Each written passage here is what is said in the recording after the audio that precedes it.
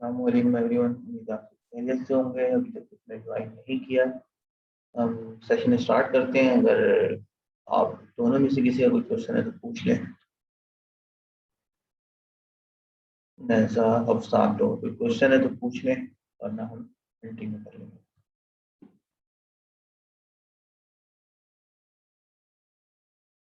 ऐसा कोई भी क्वेश्चन नहीं है हफ्सा आपका? ठीक है, किसी को याद है आज हमने क्या डिस्कस करना है?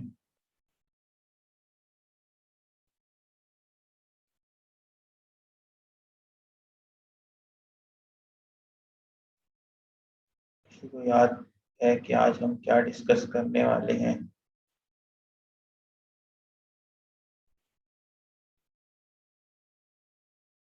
किसी को भी याद नहीं है?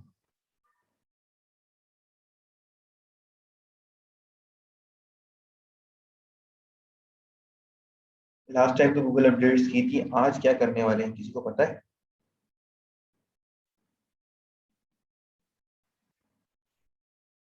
नहीं पता। ठीक है, हफ्सा आपको याद है?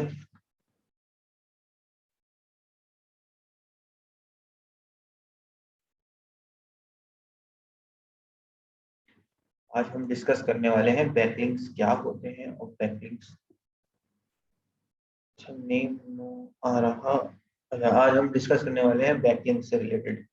बैकलिंक्स क्या होते हैं, बैकलिंक्स क्यों होते हैं और बैकलिंक्स क्यों यूज किए जाते हैं।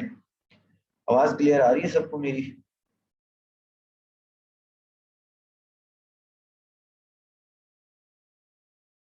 ठीक है।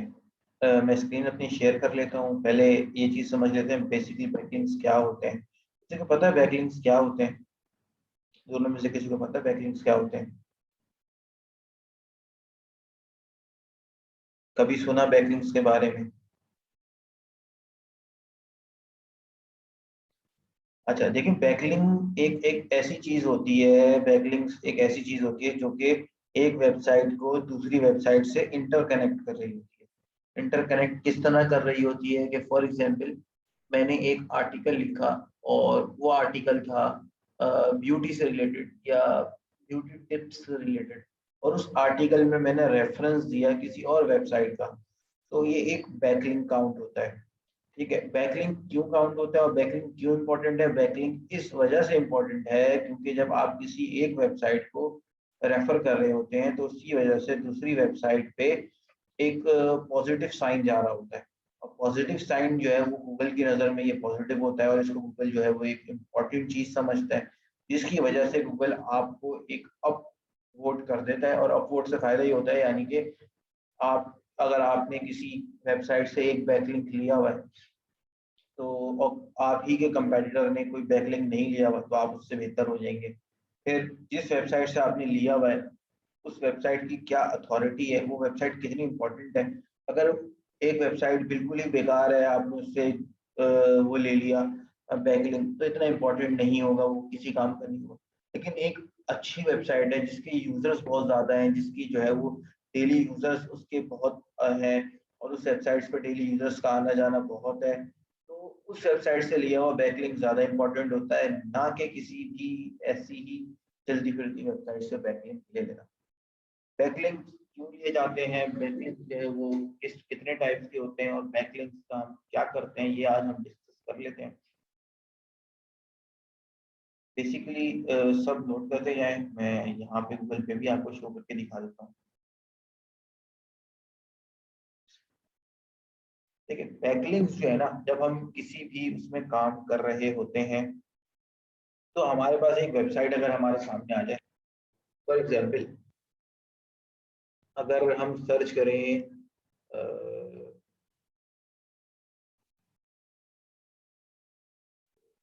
क्या सर्च करें,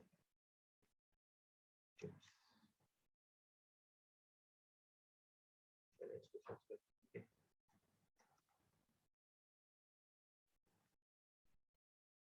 ये मैं कुछ टेक्निकल चीजें लिख रहा हूँ, ये आप जो है वो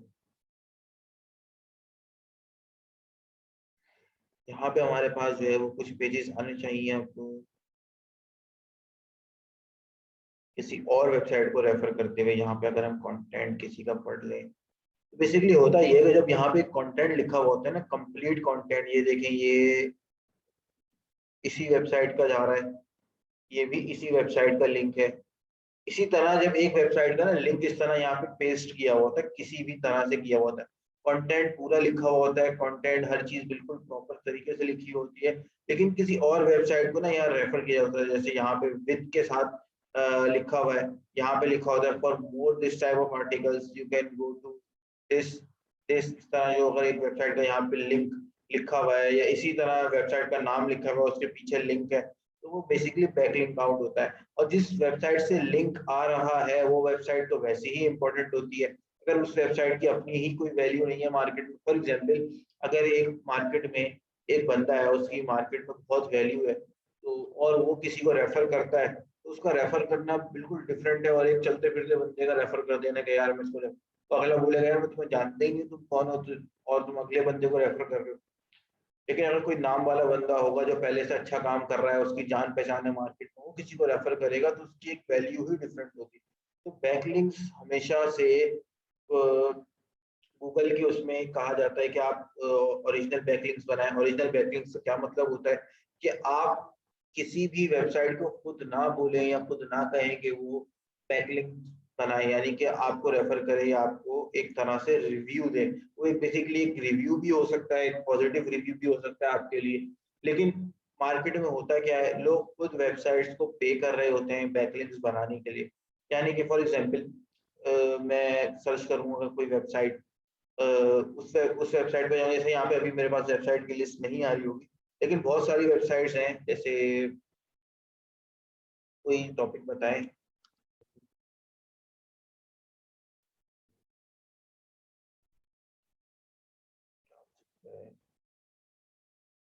सर्च करें, इससे रिलेटेड ही कर लेते हैं। उसके लिए मुझे पहले एक सेकंड आईपी में थोड़ी चेंज कर लूँ अपनी, ताकि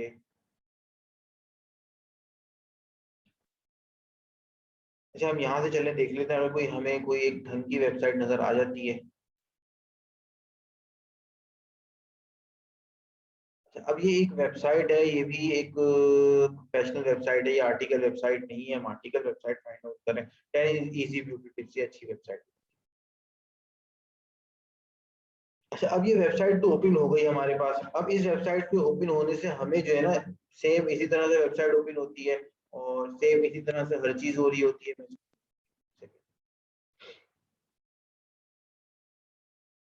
ये मुझसे कह रहा है कि अपना एड ब्लॉकर स्टॉप करें पहले।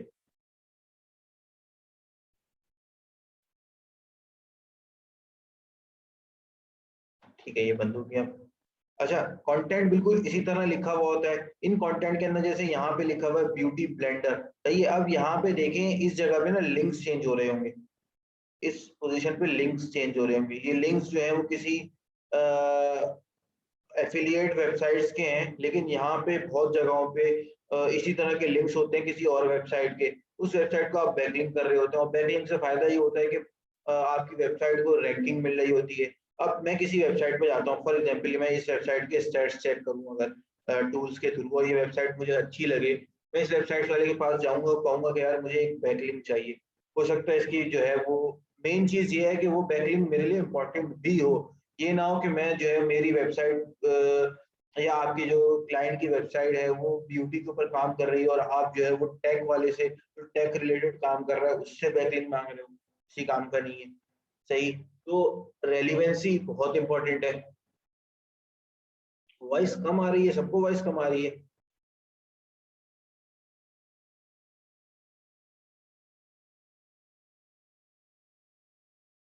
सब बता दें, वॉइस सबको ही कम आ रही है। इन लोगों ने ज्वाइन किया हुआ है, सही आ रही है सबको, बाकी अब साहब रीज्वाइन कर लें तो हो सकता है सही हो जाए।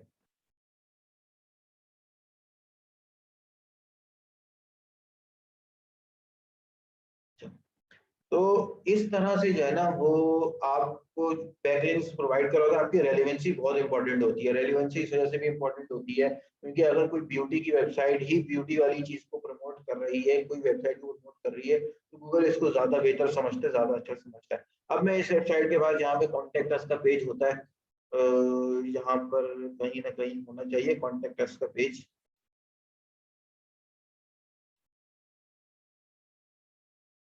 अगर हम चेक कर लें या यहाँ कहीं कहीं ना कहीं कॉन्टेक्ट अस का पेज होता है, या जैसे ये ईमेल है, अब ये इनकी ईमेल ओपन करने का ऑप्शन आ जाता है। अगर मैं इसको ईमेल पे क्लिक करूँ तो इससे होता क्या है, मैं इनको ईमेल कर सकता हूँ, और इनको ईमेल करके ये कह सकता हूँ कि मुझे एक आर्टिकल चाहिए और उस आर्टिकल के अंदर मुझे अपना लिंक करवाना है। बेसिकली मुझे एक बैकलिंक चाहिए आपकी वेबसाइट से।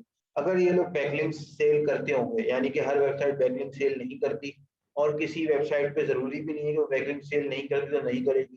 आपने इनको रीच किया और आपने कहा कि मुझे एक बैकलिंक चाहिए, वो आपको फिर प्राइस कोट करते हैं कि आप कितनी प्राइस होगी।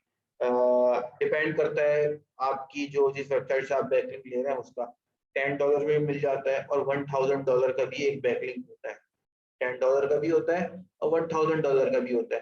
तो दोनों में जो डिफरेंस होता है वो वेबसाइट क्वालिटी का होता है। यानी कि अगर मैं बीबीसी पाकिस्तान को रीच करूँ तो बीबीसी पाकिस्तान भी मुझे बैकलिंक दे देगा। अगर ये लोग देते होंगे तो कोई बड़ा मसला नहीं है बीबीसी के लिए भी बैकलिंक्स देना, क्योंकि अगर कोई वेबसाइट बैकलिंक्स दे रही है तो उसका भी अपना कहीं ना कहीं फायदा होता है। सही, तो आप इस लेवल तक की वेबसाइट्स को भी रीच कर सकते हैं, लेकिन जाहिर सी बात है अगर पाकिस्तान के अंदर बड़ी बड़ी वेबसाइट्स हैं, जैसे पढ़ लो, पढ़ लो वाले जो है वो बैकलिंक्स देते हैं। पढ़ लो पीके करके कुछ है उनकी, पढ़ लो डॉट पीके ऐसी कुछ है ये, पढ़ लो .com।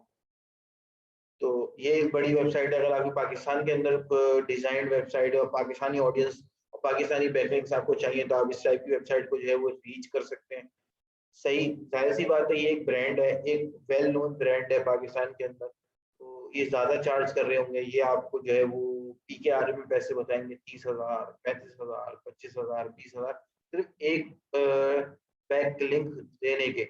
सही, तो ये बहुत बड़ा डिफरेंस होता है बैकलिंक के अंदर। अगर आपको ये लगता है कि बैकलिंक्स जो है वो एसईओ बहुत विदाउट इन्वेस्टमेंट हो जाती है, बिल्कुल ऐसा नहीं है। जब आप एक क्लाइंट को बताते हैं, जब आप कंपेटिटर एनालिसिस करते हैं, अपने कंपेटिटर को देखते हैं किसी वेबसाइट का, तो फिर आपको आइडिया होता है कि उसने कितने बैकलिंक्स यूज किए हुए हैं।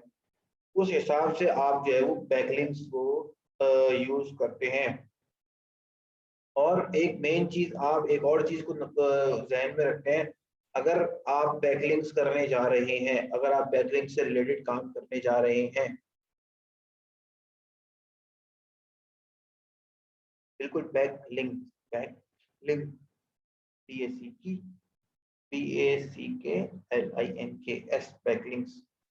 तो अगर आप बैकलिंक से थ्रू काम करने जा रहे हैं तो आपका क्लाइंट के पास इतना बजट होना चाहिए कि उसको बैकलिंक्स, बैकलिंक समझ लें आप जो है ना, आपकी एसईओ की जो है वो बैकबोन है। अगर आपकी वेबसाइट पे बैकलिंक्स नहीं है, आपकी वेबसाइट इंपॉर्टेंट नहीं है। आपकी वेबसाइट इंपॉर्टेंट इसी वजह से होगी जब कोई आपकी वेबसाइट को रेफर कर रहा होगा, और जब आपकी वेबसाइट को रेफर कोई कर रहा होगा तो जाहिर सी बात है उससे आपको बहुत ज्यादा फायदा हो रहा होगा। 4 5 6 टाइप्स के जो है वो बैकलिंक्स होते हैं। नोट डाउन करते जाएं, मैं यहाँ खोल भी देता हूँ आपको, ताकि जो है वो इजी हो जाए। इन्हीं टाइप से जो है वो बैकलिंक्स होते हैं, इससे ज़्यादा जो है वो नहीं होते। कुछ सोशल बैकलिंक्स होते हैं, कुछ प्रोफाइल बैकलिंक्स होते हैं, कुछ इस टाइप के। जैसे बैकलिंक्स के ऊपर अभी जब आप शुरू में काम नहीं भी करते, सिर्फ आपको बताने का मेन मकसद ये है कि आपको आइडिया हो जाए कि बैकलिंक्स जो है वो क्या होते हैं और क्यों काम में आते हैं। जब आप खुद अपने आप को प्रैक्टिस करना स्टार्ट करते हैं तब आपको चीज़ों का ज़्यादा आइडिया होता है। यहाँ पे जो है वो नहीं हो रहे, मैं ऐसे ही बता देता हूँ। सोशल बैकलिंक्स होते हैं, ब्लॉग कमेंट्स ब्लैक वो होते हैं, बैकलिंक्स होते हैं, ये नोट डाउन करते हैं आप लोग। सही है। फॉर्म बैकलिंक्स होते हैं। फॉर्म क्या होते हैं? फॉर्म का मतलब जैसे कोरा है, कोरा एक फॉर्म, ये फॉर्म वेबसाइट है ये। अब इस पे होता क्या है, ये मेरे पास अभी एक्सेस नहीं है। किसी को पता है इस पे क्या होता है? इस पे क्वेश्चन किया जाता है, क्वेश्चन करने के बाद लोग इसके आंसर करते हैं, और आंसर करना एक बिल्कुल डिफरेंट मैनर में करते हैं। फॉर एग्जाम्पल,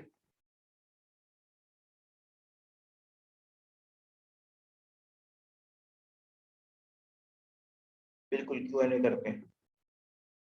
अब इसके अंदर यहाँ पे आप एक चीज नोट करेंगे कि फॉर एग्जांपल अगर किसी ने पूछा कोई क्वेश्चन पूछा, उसके अंदर ना लोग आंसर करते हैं और आंसर बड़े वैल्यूएबल तरीके से, बड़े डिटेल मैनर्स में आंसर करते हैं। जैसे फेसबुक के ऊपर होता है, जैसे किसी और प्लेटफॉर्म के ऊपर होता है, बिल्कुल अजीब सा वैसा नहीं होता। यहाँ पे एक डिटेल तरीके से होता है, देखें, और बिल्कुल प्रॉपर तरीके से होता है। अब अगर इस वेबसाइट के एंड में अगर कोई एक लिंक पोस्ट कर दे, यानी कि इतना बड़ा आर्टिकल लिख दिया उसने और यहाँ पे एक लिंक डाल दे, तो गूगल इसको जो है वो फॉर्म लिंक कंसीडर करता है, फॉर्म लिंक कंसीडर करता है, और इस फॉर्म लिंक को जो है वो गूगल एक पॉजिटिव मैनर में काउंट करता है। कोरा के अलावा बहुत सारे डिफरेंट प्लेटफॉर्म्स होते हैं, लेकिन कोरा जो है वो बहुत वाइटल रोल प्ले करता है फॉर्म लिंक्स के दरमियान। और भी मल्टीपल फॉर्म्स होते हैं। अगर आप किसी भी वेबसाइट पे जो है वो Q&A का सेशन बोल रहा हूँ, सॉरी, Q&A का जो सेक्शन ओपन है और उस पे आप जो है वो काम कर सकते हैं। तो अगर वहां पे अगर आप कोई लिंक पोस्ट करते हैं तो गूगल इसको जो है वो पॉजिटिव मैनर में लेता है। वेबसाइट के ऊपर जो होता है वो वेबसाइट बैकलिंक होता है और नॉर्मल तरीके से होता है। कोरा की तरह आप रेडिट के ऊपर भी कर सकते हैं। रेडिट, सकता है आपने नाम सुना हो कभी या नहीं सुना हो।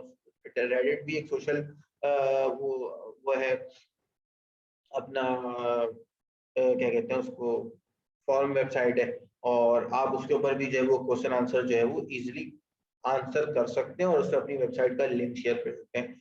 इसी तरह जब आप एक सोशल मीडिया वेबसाइट के ऊपर लिंक शेयर करते हैं तो वो सोशल बैकलिंक काउंट होता है। ठीक है, वो सोशल बैकलिंक काउंट होता है। वो सोशल बैकलिंक्स के थ्रू जो है वो आप बहुत सारी जो है, जैसे अगर आपने फेसबुक के ऊपर शेयर कर दिया तो सोशल बैकलिंक काउंट होती है। उससे जो ट्रैफिक आ रही है वो कौन सी ट्रैफिक कहलाती है, वो सोशल ट्रैफिक कहलाती है। सही। सबसे ज्यादा इंपॉर्टेंट जो है वो वेबसाइट का बैकलिंक होता है। इसके अलावा form website link, profile backlink, और जो है वो इस टाइप की क्वेश्चन आंसर वेबसाइट्स का लिंक, ये इतने इंपॉर्टेंट नहीं होते। बहुत दफा ब्लॉग से कमेंट्स भी आपने देखे होंगे। अगर कोई ब्लॉग बना हुआ है,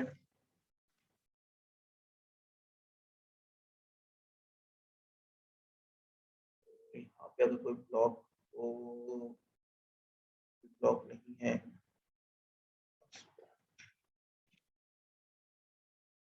देखिए, बेसिकली ब्लॉग स्पॉट खोलने का मेरा मेन मकसद ये है कि अगर हमें ब्लॉग स्पॉट नजर नहीं भी आता तो वर्डप्रेस के ऊपर ही ब्लॉग होता है। अब ब्लॉग के अंदर ना कमेंट का ऑप्शन ओपन होता है। अब जितने भी वेबसाइट होती हैं ब्लॉग्स के अंदर कमेंट का ऑप्शन ओपन होता है।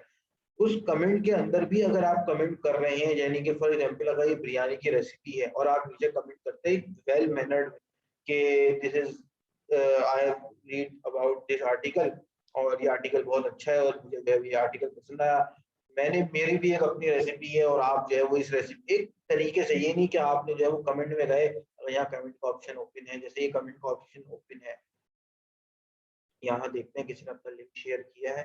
अच्छा, अब ये लिंक शेयर करने के बाद डिपेंड करता है कि जो वेबसाइट ओनर है वो आपका लिंक अप्रूव करता है या नहीं करता। अगर नहीं करता, वो कमेंट अप्रूव, तो आपका कमेंट किसी काम का नहीं होगा, यहाँ पे नजर नहीं आएगा।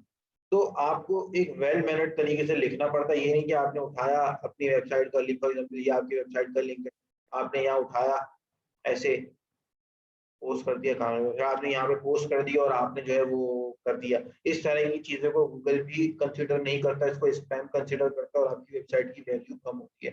बल्कि अगर आप इस तरह लिखेंगे, अगर जैसे यहाँ पे लिखें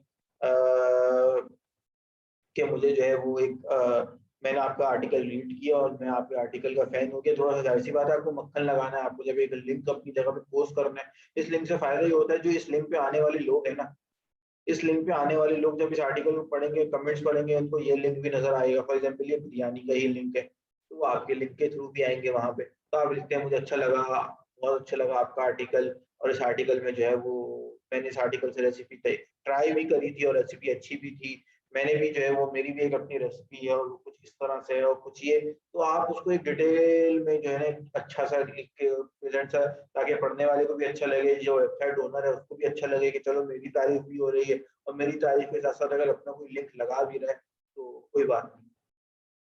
सही। फिर आप एंड में जो है वो, तो अगर you want to read my article और इस तरह करके लिंक आप एंड में पेस्ट कर दें, उससे फायदा ये होगा आपको जो है वो एक बैकलिंक मिल जाएगा फॉर्म का। तो इस तरह जो है वो बैकलिंक्स भी जनरेट किए जाते हैं। बहुत सारी बैकलिंक्स वेबसाइट होती हैं, बहुत सारी बैकलिंक्स की चीजें होती हैं जिसके थ्रू बैकलिंक्स जनरेट किए जा रहे होते हैं। अगर किसी का कोई क्वेश्चन है तो पूछ लें।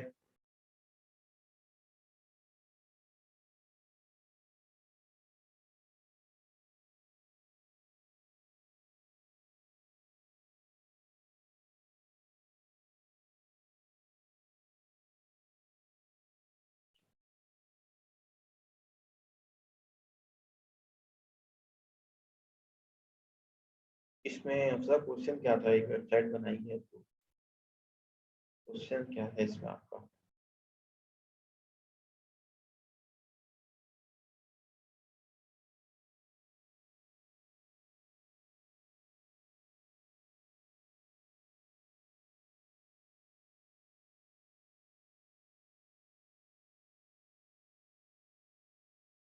क्वेश्चन पूछे आप कि वेबसाइट बनाई है उस पे कुछ पूछना चाह रही हैं या?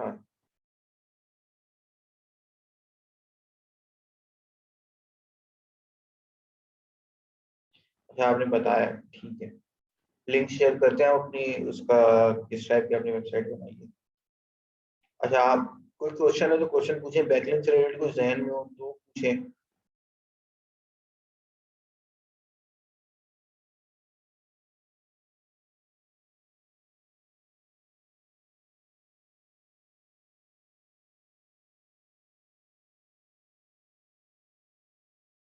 देखिए मेन जो है ना इम्पोर्टेंट वो जो है वो 4 ही है। सही। अब वो बहुत डिटेल में चली जाती है, अगर आप जो है वो डिटेल्स में जाना चाहें, जैसे प्रोफाइल बैकलिंक, अगर वो प्रोफाइल बैकलिंक जो है वो मल्टीपल उसमें हो जाएगा। सही। तो ये ही मेन होती है, ब्लॉग हो गई। इसके अलावा जो है वो अपना वो वाली हो गई, कौन कौन सी बता रहा था मैं आप लोगों को अभी, प्रोफाइल हो गई। इसके अलावा जो है वो फॉर्म बैकलिंक हो गया। इसके अलावा जो है वो सोशल बैकलिंक्स हो गए, इसी तरह की जो चीजें होती हैं। अब इसके अंदर जो है वो डू फॉलो और नो फॉलो का ऑप्शन होता है। अब डू फॉलो क्या होता है? अगर किसी वेबसाइट के ऊपर कंसीडर किया गया social question answer profile, right, बिल्कुल। फॉर्म और क्वेश्चन आंसर जो है वो तकरीबन जो है वो आप एक ही तरह से समझ लें, सोशल हो गया। ब्लॉक कमेंट आपने यहाँ पे रिमूव कर दिया, फॉर्म और क्वेश्चन आंसर एक ही है, और ब्लॉक कमेंट, कमेंट्स कर लें, कमेंट्स बैकलिंक कर लें, ब्लॉक हटा दें, बात एक ही है। सही है, सिर्फ चीज को समझना है। अगर आप यहाँ पे सिर्फ इन सबको बैकलिंक्स भी बोलेंगे ना तो भी कोई मसला नहीं है। सिर्फ आपके जहन में होना चाहिए कि अगर किसी सोशल मीडिया पे किसी ने लिंक पोस्ट किया हुआ है तो उसका जो है वो सोशल बैकलिंक यानी कि सोशल बैकलिंक बन गया। अगर किसी वेबसाइट के कमेंट्स के अंदर किया हुआ है तो वो कमेंट बैकलिंक है।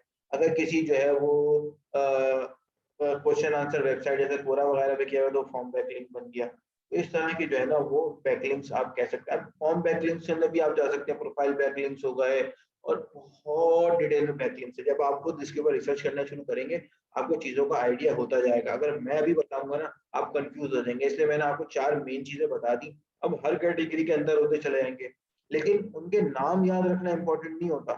उनके नाम याद रखना कोई इतना वो नहीं है। अगर आप जहन में ये भी रख लें सिर्फ कि कमेंट वाला जो है लिंक मुझे लेना है, सही है, कमेंट बैक लिंक मुझे लेना है, बस जरूरी थोड़ी है कमेंट बैक लिंक के अंदर वो वाला और फला वाला और ये वाला, इसलिए आप बहुत कंफ्यूज हो जाएंगे। बेनिफिट ही मैंने आपको शुरू में बताया है कि अगर आप वेबसाइट आप बना रहे हैं और वेबसाइट आप रैंक करना चाहते हैं तो आपको बैकलिंक की जरूरत पड़ती है।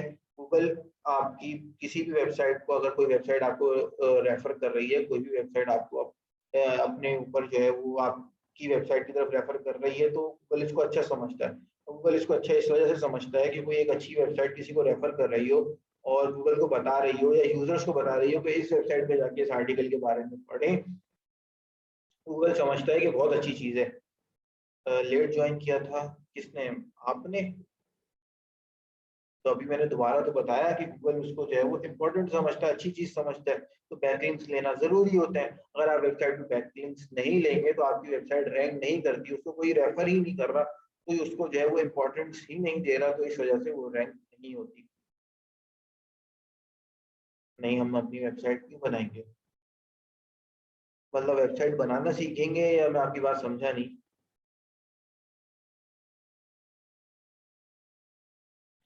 हम अपनी वेबसाइट बनाएंगे, हम वेबसाइट बनाना भी नहीं सीखेंगे और ना हम अपनी वेबसाइट बनाएंगे, क्योंकि वेबसाइट बनाना बैकलिंक्स के लिए अपनी वेबसाइट नहीं बनाते।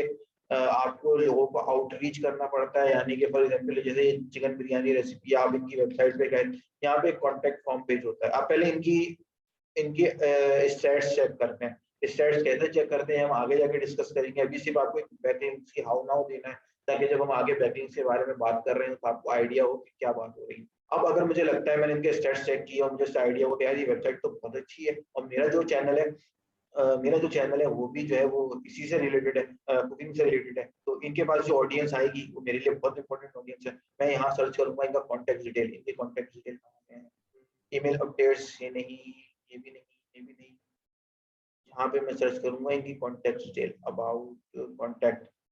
ठीक है, अब मैं कॉन्टैक्ट के अंदर जाऊंगा, यहाँ पे इन्होंने अपनी ईमेल दी हुई है, नहीं दी हुई तो मैं यहाँ पे जो है वो, यहाँ पर जो है वो मैं अपना नाम लिखूंगा, सही अपनी ईमेल लिखूंगा, यहाँ पे जो है वो बिजनेस अपॉर्चुनिटी लिखूंगा।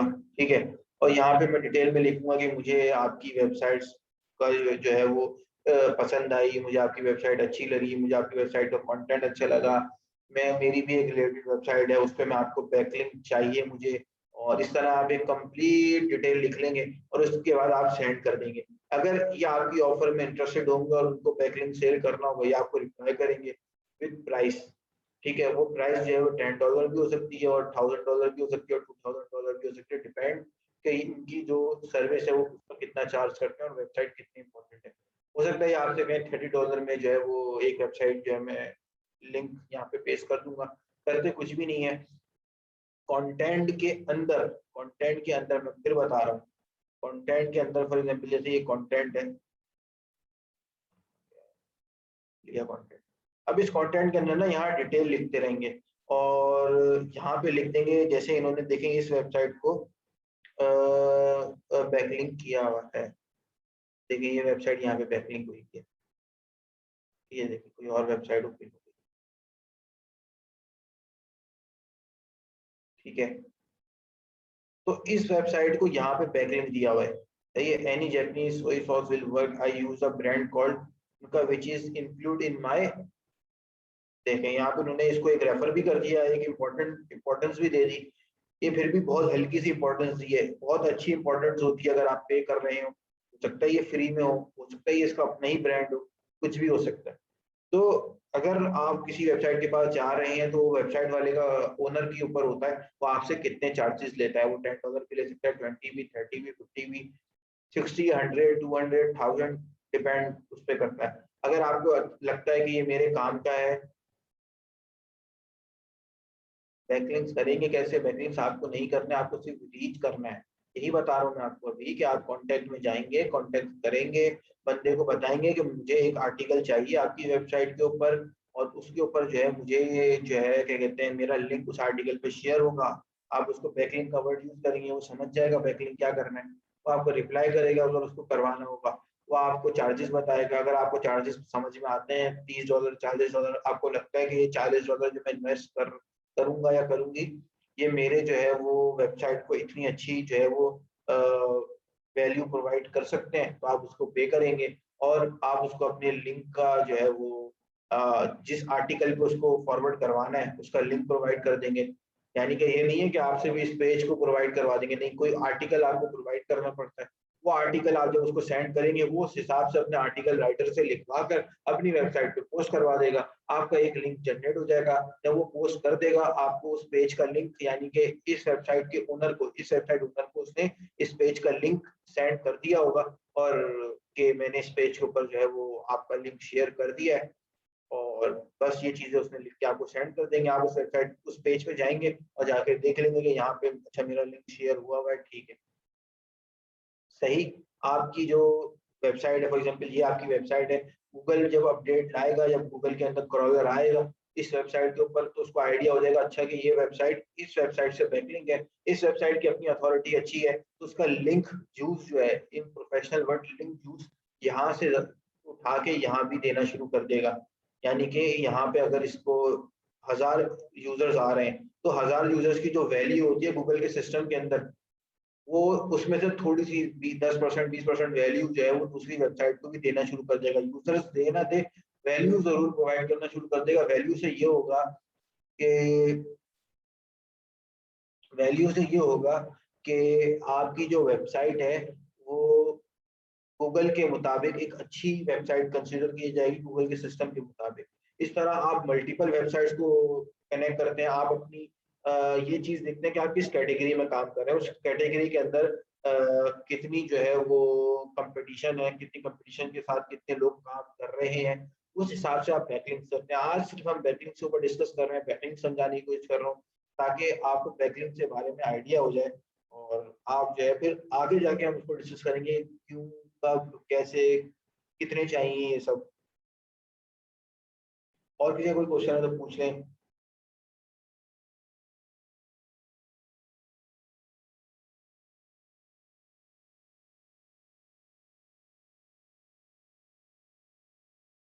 सही, इस तरह बैकलिंक्स होते हैं, और बैकलिंक्स जो है वो बहुत इंपॉर्टेंट होते हैं। किसी भी वेबसाइट को किसी और वेबसाइट की तरफ रेफर करना जो है वो बेसिकली बैकलिंक कंसिडर किया जाता है।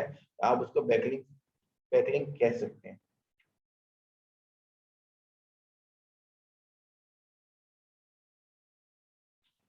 ठीक है, चीजें क्लियर है? आपको कोई क्वेश्चन पूछ लें।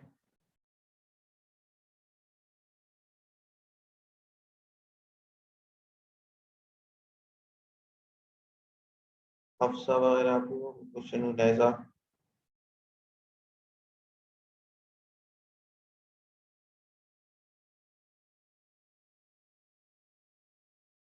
बैकलिंक्स के साथ साथ एक चीज मैं और बताता चलूं, जब आप बैकलिंक्स बना रहे होते हैं ना, बैकलिंक्स बनवा रहे होते हैं, सही, तो ये बैकलिंक से पैसे आपका जो क्लाइंट है वो पे कर रहा होता है, आप लोग पे नहीं कर रहे होते। आप उसको बताते हैं कि इस वेबसाइट पे जो बैकलिंक्स लेंगे उसकी इतनी कॉस्टिंग आएगी, उससे हमें जो है वो इतना फायदा हो सकता है, इसकी जो स्टेट्स हैं ऐसे हैं ऐसे हैं। और आप अपने क्लाइंट को बता देते हैं कि भाई 5 वेबसाइट से मैं बैकलिंक लेने वाला हूँ, उस पर इतनी कॉस्टिंग आएगी। अपने क्लाइंट से आप डायरेक्ट लेते हैं या इनडायरेक्ट लेते हैं? इनडायरेक्ट लेने का मतलब ये है कि आप उससे जो है वो मंथली बजट डिसाइड कर लेते हैं, और आपको पहले पता होता है। फॉर एग्जाम्पल, आप उसको बोलते हैं मैं 1 महीने में एक बैकलिंक प्रोवाइड करूंगा, सही, और $100 लूंगा। अब आपको पहले से पता होना चाहिए कि उस वेबसाइट पे बैकलिंक है कितने का। ये ना हो ना आप उस वेबसाइट के ओनर के पास जाए, वो बोले भाई $70 से नीचे तो मैं लेता ही नहीं हूँ, $30 आपको सिर्फ बचेंगे, उसमें भी आप एसईओ से रिलेटेड थोड़े बहुत काम कर रहे हैं। तो आपको पहले से पता होना चाहिए, अगर आप जो है वो कोई सर्विस प्रोवाइड कर रहे हैं और उसमें बैकलिंक भी दे रहे हैं, तो आप अपने क्लाइंट को कोट करेंगे कि इतने जो है वो बैकलिंक है, और बैकलिंक जो है वो इतने उसका होना होगा, इतने आरडी का होगा, इतनी जो है उसकी जो है वो अथॉरिटी होगी, और इस वेबसाइट से होगा। ये सारी चीजें आप अपने क्लाइंट को बताएंगे भी, और उसको एक्चुअल प्राइस चाहे ना बताएं कि कितने का बैकलिंक है क्या है, सही, लेकिन आप वो प्राइस में कोट जरूर कर देंगे। जैसे आप अपनी सर्विस के $100 ले रहे हैं, सही, और बैकलिंक आपको मिल रहा है $120 का, तो ये टोटल मिला के बन गया $120। आप क्लाइंट से बोलेंगे कि मुझे 150 पे कर दो, 150 में आपको बैकलिंक दे दूंगा, सही। और या फिर अगर आपको क्लाइंट नहीं मान रहा 150 में, आप उसको बोलते हैं कि एक और वेबसाइट है, सेम वेबसाइट आप सर्च करके रखते हैं बैकएंड पे, सही, बोलते हैं चलो 150 ही पे करो, 150 में ही मैं तुम्हें एक और वेबसाइट से बैकलिंक लेके दे दूंगा।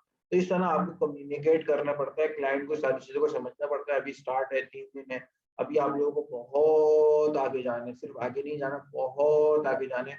एसईओ बहुत आगे की चीज है।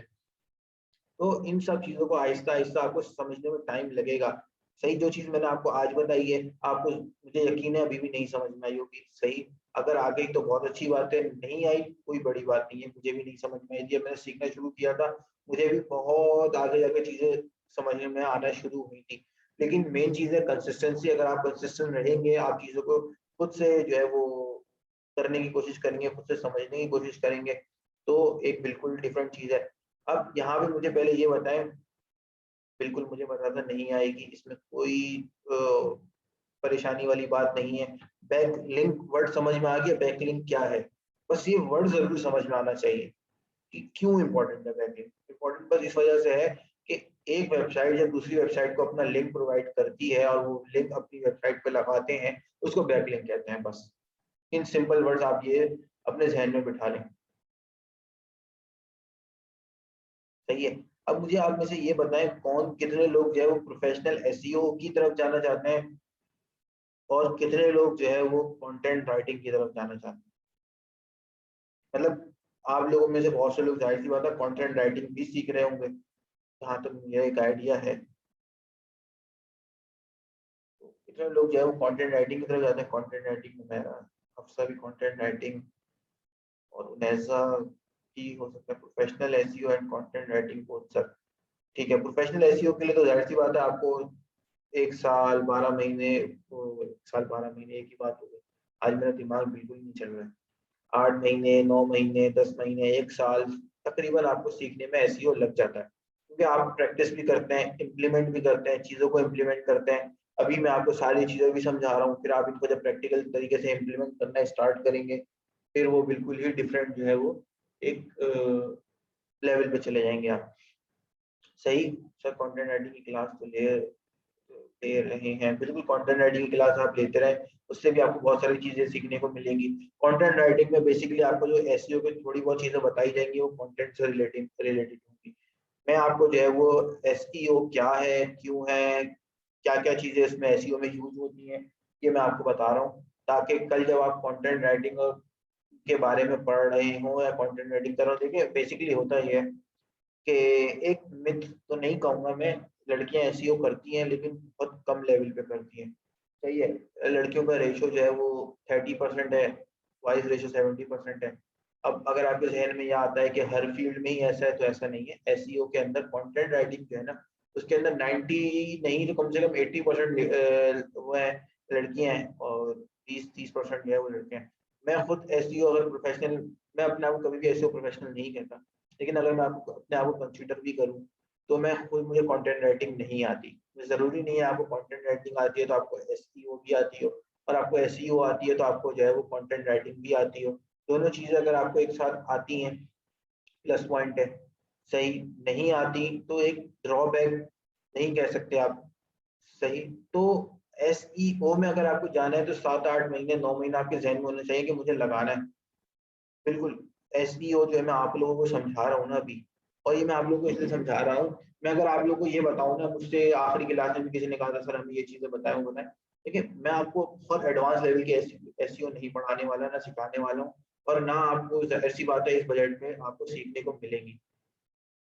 सही। तो आप जब इस जगह पे सीख रहे हैं, आपको एसईओ की जो स्टेप्स है ना, शुरू के स्टेप्स हैं, वो आपको समझाए जाएंगे। उसके बाद ताकि आपको एक बड़ी फील्ड ओपन होगी, आपको जो है वो चीजों की जब अंडरस्टैंडिंग होगी ना, फिर आपको समझ में आएगा कि एसईओ मेरे लिए है या नहीं है। एसईओ हर कोई नहीं कर पाता, टेक्निकल फील्ड भी है, टेक्निकल फील्ड के बाद ऐसी फील्ड है कि अगर मैं एक वेबसाइट का सिर्फ 5% काम कर रहा हूँ ना, उसमें 6-7 घंटे मुझे चाहिए, और साथ में पता नहीं कितने कप चाय चाहिए, ये काउंट नहीं कर सकता मैं। क्यों? क्योंकि माइंड उस वक्त ऐसा होता है कि बस कुछ अच्छा नहीं लग रहा होता। अगर आगे पीछे कोई ऑफिस में बैठा हुआ शोर भी कर रहा है ना, या कोई आपस में बैठा हुआ बात भी कर रहा है, वो करते हुए भी अच्छा नहीं लग रहा। तो एसईओ करते हुए एंग्री मूड तो नहीं होता, क्योंकि एंग्री मूड तो नहीं होता। आप जो है वो बिल्कुल रिलैक्स होकर आपको करना पड़ता है। कंपेटिटर एनालिसिस सर अफसा आपने एसईओ की है? एसईओ के अंदर आपने कंपेटिटर एनालिसिस किया है कभी? आपने लिखा है सर हमने करी एसईओ। फिर आपने एसईओ में क्या किया है?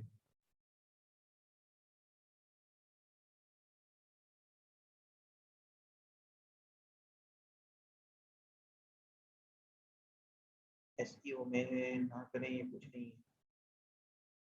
समझा नहीं गया ना सर, हम ना करें एसईओ। अच्छा ये पूछ रहे हैं ना करें? नहीं नहीं करें, बिल्कुल करें। आप कंटेंट राइटिंग कर रही है ना साथ में, कंटेंट राइटिंग के साथ साथ आपको टर्म्स आइडिया हो गया ना। फॉर एग्जाम्पल मैं आपको बताता हूँ इसका बेनिफिट क्या होगा।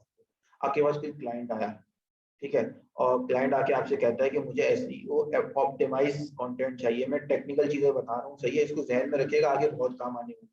ये टेक्निकली हम क्लाइंट से भी खेल रहे होते हैं। इन शॉर्ट वर्ड इसको खेलना ही कहते हैं। अगर आपको एसईओ की नहीं भी पता, और जिनको पता भी है ना, वो भी एसईओ ऑप्टिमाइज कंटेंट कोई चीज, कोई मतलब नाम ही कोई नहीं है। सही है। क्या है एसईओ ऑप्टिमाइज कंटेंट? भाई SEO optimize content basically content जब कोई लिख रहा होता है ना, जब एसईओ वाला पर्सन, जैसे ऑफिस बेस्ड अगर आप काम कर रहे हैं, तो कंटेंट राइटर अलग होता है, जो एसईओ के करने वाले हैं वो अलग होते हैं। अब वो कंटेंट जमा, वो डेटा जमा करके कंटेंट राइटर को देता हूँ, कंटेंट राइटर उसके ऊपर काम करता है। सही। अब आपके पास एक बंदा आया और वो कहता है कि मुझे एसईओ ऑप्टिमाइज कंटेंट चाहिए। कहेंगे आप ठीक है, एसईओ ऑप्टिमाइज कंटेंट मिल जाएगा। अब आपको एसईओ के बारे में पता है, आप उसको टेक्निकली खेलना शुरू करेंगे। अगर आपको एसईओ के बारे में नहीं पता होगा, आप उसे टेक्निकली नहीं खेल सकते। अच्छा, वो आपसे कहेगा कि आप कीवर्ड स्टफिंग करते हैं या नहीं करते। आपको पता होगा यार कीवर्ड स्टफिंग गूगल मना करता है, ठीक है। आप उसको फौरन से बोलेंगे कि यार कीवर्ड स्टफिंग मैं नहीं करता, मैं नहीं करती। और अच्छा, फिर वो पूछेंगे आप कंटेंट कैसे लिखते हैं, मैं बोले नेचुरल कंटेंट लिखती हूँ, ठीक है। नेचुरल कंटेंट का क्या मतलब, उसमें वर्ड्स कितने आते हैं, वो आपसे टेक्निकल सवाल बोले। वर्ड्स कोई मैं काउंटिंग नहीं करती, बहुत नेचुरली लिख रही होती हूँ, कोई इसमें जो है वर्डिंग में इतनी यूज नहीं करती कि बार बार यूज कर रही हूँ और गूगल इस चीज को जो है वो आइडेंटिफाई करे। तो मैं नेचुरल कंटेंट लिखती हूँ, जितनी दफा वर्ड खुद आ गया, नहीं आया कोई जरूरी नहीं है, सही है। फिर अच्छा, अब बहुत से लोगों को पता ही नहीं होता कि कंटेंट क्या होता है, वो सिर्फ उनको एक वर्ड होता है SEO optimized. Basically SEO optimized content कुछ होता ही नहीं है। जब आपके पास कोई कंटेंट लिखवाने आएगा तो वो आपको कुछ कीवर्ड्स देगा, सही। वो आपको जो कीवर्ड्स देगा, वो जाहिर सी बात है उसने कहीं से तो कीवर्ड्स निकाले होंगे ना। तो जब उसने वो कीवर्ड्स निकाले होंगे, तो जब आप उसके ऊपर कंटेंट लिखने जा रहे हैं, वो तो खुद जाहिर सी बात है वो एसईओ ऑप्टिमाइज्ड कंटेंट ही हो गया ना, सही। तो आप इस तरह से चीजों को खेलते हैं। फिर आपके पास हो सकता है कोई क्लाइंट आए, वो कहे कि यार मुझे किसी वेबसाइट को बैकलिंक देना है। आप बैकलिंक के अकॉर्डिंग जो है वो कंटेंट लिखे। अब आपको पता होना चाहिए बैकलिंक क्या होता है। अब बैकलिंक है यानी कि किसी वेबसाइट की तारीफ करनी है, जिस वेबसाइट का ये लिंक देने जा रहा है, उस वेबसाइट का आपने लिंक लिया, उस वेबसाइट के लिंक को आपने पढ़ लिया एक दफा, ठीक है। और उस पे क्या है, उसकी वो क्या चीजें प्रोवाइड करते हैं, फिर आपने अपने कंटेंट प्रॉपर तरीके से लिखा। और उस कंटेंट के एंड में आपने लिख दिया कि वो जैसा भी आपका जो कंटेंट लिखवाने वाला है, वो तो वो जो है वो उसको उसी तरह से ले लेता है, उसमें कोई इतना बड़ा इश्यू नहीं होता। वो आपको चीजें गाइड करते रहते हैं साथ साथ। अभी तो सिर्फ 2 3 4 क्लासेस हुई हैं, अभी जैसे बैकएंड पे पहुंचे हैं, और आपको टेक्निकल टर्म्स सीखने को मिलेंगी। जितनी टेक्निकल टर्म्स आप सीख जाएंगे ना, जब आप एक मार्केट प्लेस पे आएंगे, फाइवर के ऊपर आएंगे, अपवर के ऊपर आएंगे, आपको क्लाइंट से खेलने में आसानी होगी, सही। पाकिस्तानी क्लाइंट या कोई लोकल क्लाइंट होता है ना, वो आपके पास आएगा, आपको जो है वो बहुत डिफरेंट तरीके से जो है वो पूछ रहा होगा। तो मैं ज्यादातर जितनी भी लड़कियां होती हैं, मैं उनको यही प्रेफर करता हूँ कि आप एसईओ सीखें, साथ साथ ना कंटेंट राइटिंग के साथ साथ एसईओ सीखें, जरूर सीखें, ताकि आपको टेक्निकल चीजों का आइडिया हो, सही है। आप एक महीने में आप प्रोफेशनल ऐसे तो नहीं सीखेंगे, प्रोफेशनल आप टर्म सीख जाएंगे, प्रोफेशनल बहुत सारी चीजें सीख जाएंगे। आप जब उसको मार्केट प्लेस पे लेके जाएंगे ना, और आपके पास कोई गोरा क्लाइंट आएगा, तो वो सिर्फ और सिर्फ ड्रम्स के ऊपर ही आप बहुत इजीली उसको कवर अप कर लेंगे, अगर आपको ड्रम्स यूज करना आती हैं तो। अगर नहीं आती, आप नॉर्मल ड्रम्स यूज कर रहे हैं, तो आप कंफ्यूज होंगे। तो इससे बेहतर आप कंफ्यूज नहीं होंगे। अगर आपके पास कोई आता है क्लाइंट और वो कहता है कि मुझे जो है वो एक कंटेंट चाहिए, ठीक है, और उस कंटेंट के अंदर जो है ना मुझे फॉर एग्जांपल, या आपके पास कोई आता है वो कहता है कि ऑन पेज एसईओ करनी है मुझे, ठीक है। अब आपको पता होना चाहिए कि ऑन पेज एसईओ क्या होती है और ऑफ पेज एसईओ क्या होती है, सही। अभी हमने इस चीज को ही डिस्कस नहीं किया, हम ये चीज आगे जाके डिस्कस करेंगे। कंटेंट राइटर वाले के पास तो जाहिर सी बात है इतने लोग नहीं आते, लेकिन जब अगर आपको इस रिलेटेड चीजों का आइडिया होगा ना, फिर आप उसको अपने आप से इम्प्रूव कर सकते हैं। कंटेंट राइटिंग सीखने के साथ साथ एसईओ को सेकंड फील्ड का बिल्कुल नहीं पता होगा। पता क्यों भी होगा, क्योंकि जाहिर सी बात है फील्ड नहीं है।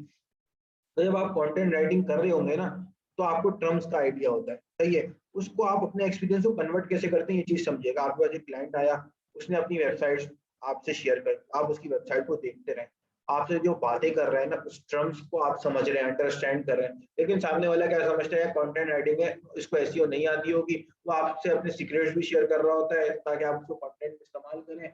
और कंटेंट में इस्तेमाल करने के साथ साथ जो है वो आप उसकी चीजों को समझ भी रहे होते हैं और अपना एक्सपीरियंस भी बढ़ा रहे होते हैं। अब उसका कंटेंट आपने लिख दिया, आपका एक्सपीरियंस कंटेंट की वजह से भी बढ़ गया, और उसने एसईओ जो करी भी अपनी वेबसाइट के ऊपर, आपने जाके देखा और उसको एक तरह से समझा, उसने जो टेक्निकल वर्ड्स यूज किए थे आपको उनकी मीनिंग पता थी, आपने उसको जो है वो अच्छी तरीके से कर लिया, सही। इसी तरह आपके पास दूसरा क्लाइंट आया कंटेंट के लिए, आपने 2 3 महीने कंटेंट पे ही काम किया। आपको कंटेंट पे काम करते करते ही ना आपकी 30% एसईओ की समझ आपको वैसी आ जाएगी, 20 30% आप यहाँ से ले लेंगे, तो आपको 50 60% एसईओ आ जाएगी। फिर जो रिमेनिंग रह जाएगी, आपका दिल चाहेगा एसईओ स्टार्ट करने का प्रोफेशनल तरीके से प्रॉपर, क्योंकि उसमें इन्वेस्टमेंट भी चाहिए होती है, उसमें हर चीज का इनपुट होता है, सही, तो आपने कंटेंट राइटिंग से जो अर्निंग कर ली, फिर आप उसको एसईओ पे इन्वेस्ट करना स्टार्ट कर दें, तो ऐसे ही पूरा सर्कल चलता है। अगर मैं आपको कहूँ कि आज ही आप स्टार्ट कर दें और आज ही आप प्रोफेशनल, जाहिर सी बात है ऐसा नहीं होता, आपको सीखने के लिए टाइम, आपकी वेबसाइट्स, फिर आपको 7 8 9 महीने का एक प्रोसेस, इन सब चीजों से गुजरना पड़ता है। तो ये डिफरेंस है। आप लोग, मुझे पता है कंटेंट राइटिंग से होकर आ रहे हैं, और कंटेंट राइटिंग से ही related complete SEO cover up की जाएगी ताकि आप लोगों को आसानी हो। फिर जब आप मुझसे सीख लेंगे और कंटेंट राइटिंग कर करके 2 महीने में एक्सपीरियंस आ जाएगा, 50% एसईओ आप समझ लें आपको आ गई। सही कंटेंट राइटिंग अगर आ गई ना, आपको समझ लें आपके आप में एसईओ की ग्रिप आ गई। जब एसईओ की ग्रिप आ गई तो फिर आप एसईओ का एज फील्ड भी बना सकते हैं। एसईओ तभी कर सकते हैं जब आपके अंदर पैशन होगा करने का। कंटेंट राइटिंग से आपको आइडिया हो जाएगा आप में पैशन है या नहीं है। और अगर बहुत दफा ऐसा होता है कि एसईओ वाले एसईओ छोड़ के कंटेंट राइटिंग की तरफ चले जाते हैं, तो कंटेंट राइटिंग सही कीजिए। कोई क्वेश्चन है तो पूछ लें, और आप लोग हेजिटेट नहीं करें, जो क्वेश्चन आपके जहन में आ रहा है पूछें, सही है। तो मैं कोशिश करूंगा उसको भी आपको जो है वो इजी वर्ड्स में समझाने की कोशिश करूंगी। बहुत सारे टर्म्स हैं, मुझे पता है नहीं समझ में आ रही होती हैं, मैं कोशिश करूंगा उनको कहीं ना कहीं से एग्जाम्पल बना के आपको समझाऊं, ताकि आप लोगों को टर्म्स का आइडिया तो हो कि बेसिकली क्या हो रहा है। किसी का कोई क्वेश्चन है तो पूछ ले।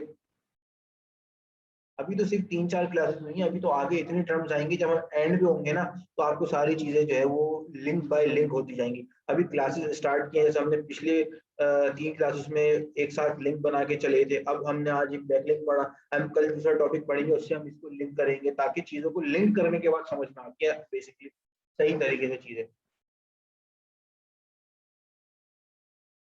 चीजों को नोट डाउन करते जाएं,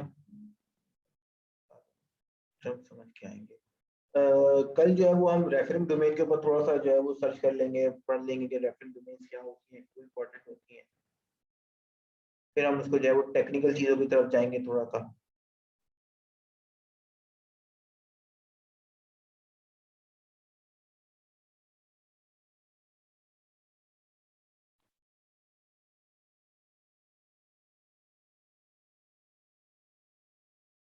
एसईओ करेंगे कैसे, एसईओ पहले टर्म्स को समझ जाए आप लोग, फिर मैं ये भी बता दूंगा करेंगे कैसे।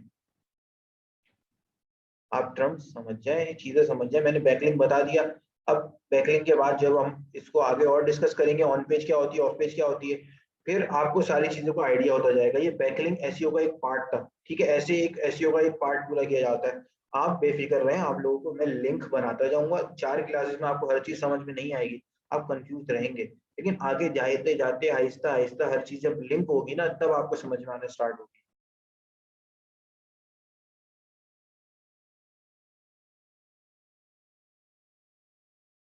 और किसी का कोई क्वेश्चन, अगर किसी का कोई क्वेश्चन है जो बहुत लेंथी है और समझ में नहीं आ पा रहा, मुझे व्हाट्सअप कर दिएगा वॉइस में, मैं उसको जो है वो आपको इन इजी वर्ड जो है ना मैं आपको बता दूंगा।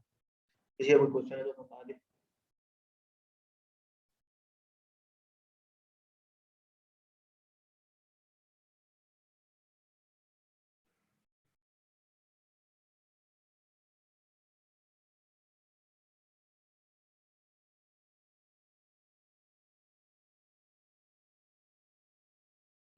ठीक है, अपना नंबर शेयर कर देंगे, अपना नंबर मैंने पहले भी शेयर किया था, ये उठा लें।